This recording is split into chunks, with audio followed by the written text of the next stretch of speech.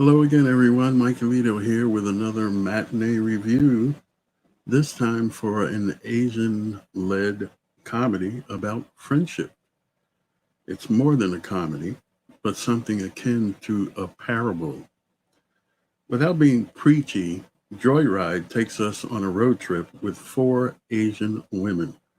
Along the way, we learn about the friendship between Audrey and Lolo, who have been friends since they were both 5 years old. As a matter of fact, the introduction of them to each other and us is hilarious. Audrey is tasked by her. Stop calling me. Audrey is tasked by her law firm to travel to China to close a big deal. However, Audrey was adopted and raised by white parents and is not fluent in Mandarin. So Audrey decided to bring Lolo along, as Lolo is fluent. This, however, sets up conflict, as Lolo is like an anti Audrey. She's footloose and fancy free, living like Kato Kalin in Audrey's guest house, and Lolo is also an artist of decidedly sexual objects, of art, I should say. So the two are joined in Seattle by Deadeye, whose sexuality is open to question. Deadeye is also a huge fan of K-pop. This trio is joined in China by Kat, an actress, and Audrey's college roommate. So now we have assembled the quartet who will be following throughout the rest of the film. Now, it's my opinion only, and I'm going to throw up a little spoiler banner because some people might consider this spoilers, so we'll see. To me, this isn't so much a story as it is a series of vignettes. After a somewhat disastrous meeting with the client at a club, Lolo tells him that Audrey is looking for her birth mother. This leads to an encounter with a blonde drug dealer on a train, which leads the quartet to getting tossed off the train. That leads to the quartet wandering around the Chinese countryside while Audrey reestablishes her roots with the motherland. Lolo calls in a favor from Baron Davis and his Chinese basketball team. They need a ride, and that leads to a night of debauchery. There's a visit to a town where the adoption agency is supposed to be, and I thought it was Deadeye has like a huge family there, and they're like all in love with Audrey. But that leads to a revelation that leads to an airport and an impression of a K-pop band and a quirky, kind of disastrous performance in the airport hangar. Ashley Park is Audrey Sullivan, the self-assured lawyer on a mission or two. Sherry Cola is her friend Lolo Chin. Sabrina Wu is Deadeye and whose love for K-pop knows no bounds. And Stephanie Sue is the Academy Award nominee for Everything Everywhere All at Once. She plays Kat, the actress with a few secrets of her own, which she's been concealing from her fiance, who's played by Desmond Cheung. The ubiquitous Radin Ching is Chow, the client who loves that Audrey is not searching for her birth mother, that she's close to her birth mother. And Chris Pang, who you may recognize from Crazy Rich Asians, he played Colin in that movie, is one of two basketball players who's enamored with Audrey, the other being Arvind, who's played by Rohane Aurora. Alexander Hodge is Todd, a former acquaintance of Kat's, who's convinced that she has the hots for him. And Victor Lau is Jiaying, who has a dance off with Deadeye while the other ladies are busy. However, the most poignant vignette occurs when Audrey gets to the end of the trail in her search for her birth mom.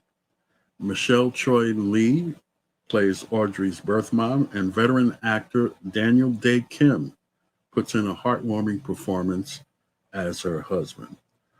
All in all, this is a film with some lessons to convey. Quietly, with a lot of love, some laughter, and as most parables do, a moral about friendship, its cost, and its many permutations.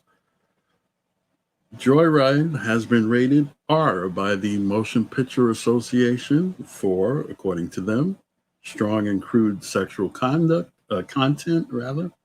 language throughout, drug content, and brief graphic nudity.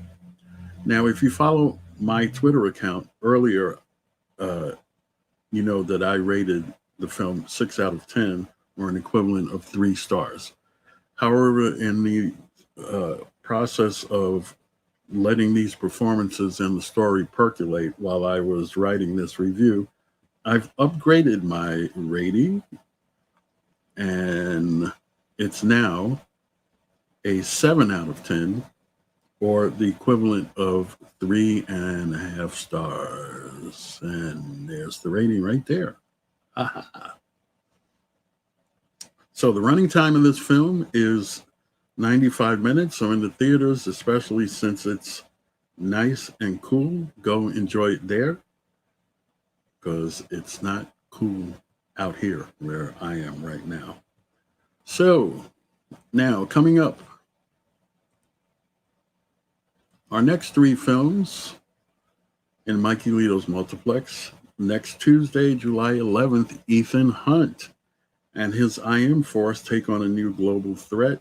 You'll hear my review of Mission Impossible Dead Reckoning Part 1 Tuesday at 6 p.m. U.S. East, 3 p.m. U.S. West, and 10 p.m. Greenwich Mean Time. Then on Thursday, July 20th, Barbie previews, and I'll review all the shenanigans that evening, again at 6 p.m. U.S. East, 3 p.m. U.S. West, and 10 p.m. Greenwich Mean Time. And then that same night, my most anticipated movie of the summer, Oppenheimer, previews. I'll see it the next morning and review it live on Friday, June 21st at 3 p.m. U.S. East, noon U.S. West, and 7 p.m. Greenwich Mean Time. So that's all that I have right now. Please comment, like, and share this review. Subscribe to the channel and click the notifications bell. And follow Mikey Lito Live on most major social media outlets. Now, I'm still using Twitter. I'm now on Threads and Post.news. I'm waiting to hear from Blue Sky Social, so I'm not there yet. I see some comments. Let me check that out. Miss Keely Chow is there. Hello, Miss Keely Chow. Thank you for joining. I absolutely appreciate it. Just wrapping up the review, and then I'm going to head over to the Positive Fandom channel and see what's going on over there, because I understand there's a watch party over there. Anyway, as always, just remember to watch content, form opinion. You've just heard mine. I'd like to hear yours, so leave a comment down below. And in the meantime, until next Tuesday, when we're going to review Mission Impossible Dead Reckoning Part 1, it's Mikey Lito saying good night, goodbye, and I'll see you later, probably during Midnight Musings on the Burn Network. Adios.